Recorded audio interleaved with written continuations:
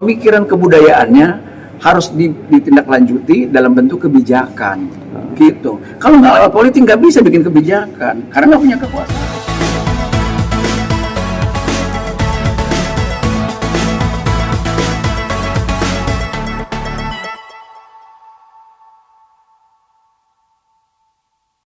Mas, melihat tadi hasil dari diskusi tadi, apa yang Mas yang harus ditekankan? Saya sih melihat bagus kalau buat guyonannya sih masuk ke tim, sudah lama nggak masuk tim. Saya nggak mendapatkan tim yang zaman dulu saya muda nongkrong gitu di luar. Tapi begitu masuk ke ruang diskusi, baru saya mendapatkan tim. Kenapa? Mendapatkan diskusi yang begitu rumit, yang susah saya cerna. Saya datang tuh karena ada tulisan marah itu. Apa itu? Tulisan marah di atas itu kan atasnya diskusi kebudayaan. Tadi di bawahnya itu kan bagaimana peran budayawan terhadap politik. Ya, artinya dalam pikiran saya akan muncul pendapat-pendapat tentang orang tiga itu, tentang Khairil Anwar, tentang Rendra, tentang Hardi. Kenapa tiga-tiganya memberontak? Memberontakkan intelektual mereka. Mereka masing-masing lewat karya tulis, lewat rupanya Hardi dengan lukisannya. Dia memberontak dengan satir. Lalu Khairil Anwar juga dengan sajak-sajaknya. Kemudian Rendra juga dengan puisinya gitu. Tapi saya tidak mendapatkan nilai komparatif yang ada gitu sekarang gitu loh. Tapi terlepas dari itu semua, ya kalau soal bicara portofolio dan autobiografi kan kita bisa baca di bukunya. Akan tetapi yang tadi dapat ya mungkin ya pengetahuan tentang antropologi budaya, tentang sosiologi, tentang macam-macam lah gitu dapat gitu itu aja. Oke, Mas, tapi menurut saya bagus, perlu dibikin kembali ya diskusi semacam ini agar apa?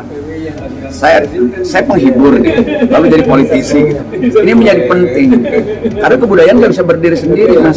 Harus ada kekuasaan yang memahami tentang visi kebudayaan itu sendiri. Kalau enggak nggak bisa kita memaksa pemerintah, mereka tidak punya visi, tidak punya program. Bener tadi siapa yang tadi bicara tadi, Mas Bre Herdana bilang apa itu apa namanya, dari ketiga calon nggak ada yang mengarahkan untuk baca buku. Artinya apa? Bahwa kesadaran dan budaya literasi sangat rendah. Tapi kalau Mas sekarang budayawan untuk di politik itu seperti apa sih? Karena kan banyak kan budayawan juga ingin masuk politik, tapi nanti akhirnya ke bawah politik gitu. Kalau menurut saya sih politik sih dia dimensinya luas lah. Jangan bicara latar belakang, tapi komitmen dia mau ngapain di politik gitu loh. Itu jauh lebih penting. Kalau latar belakang kan sangat diskriminatif, misalnya begitu pelawak ke politik, orang berisik tiap 5 tahun, ngapain tuh artis gak jadi politik gitu. Kenapa pengusaha ke politik tidak dipersoalkan gitu. Jadi saya kira itu ya. Kalau soal budayawan, nah siapapun punya hak untuk politik, hak dipilih untuk hak memilih gitu. Akan tetapi yang paling penting, pemikiran kebudayaannya harus ditindaklanjuti dalam bentuk kebijakan. Gitu. Kalau nggak lewat politik nggak bisa bikin kebijakan karena nggak punya kekuasaan. Tapi Gibran sendiri kan ingin mengekspresikan dirinya, dianggapnya melawan pemerintahan gitu, Mas.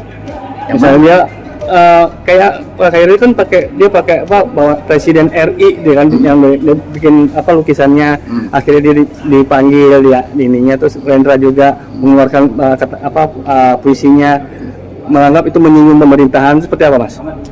Setiap rezim pasti ada ingin angka stabilitas dan angka keamanan mereka masing-masing, bahwa tidak boleh ada yang mengganggu seolah-olah. Artinya bahwa memang pemerintahan saat itu mungkin juga saat ini belum dewasa betul melihat demokrasi itu, bahwa orang berhak untuk mengkritisi, orang berhak untuk berpendapat, itu saja saya kira.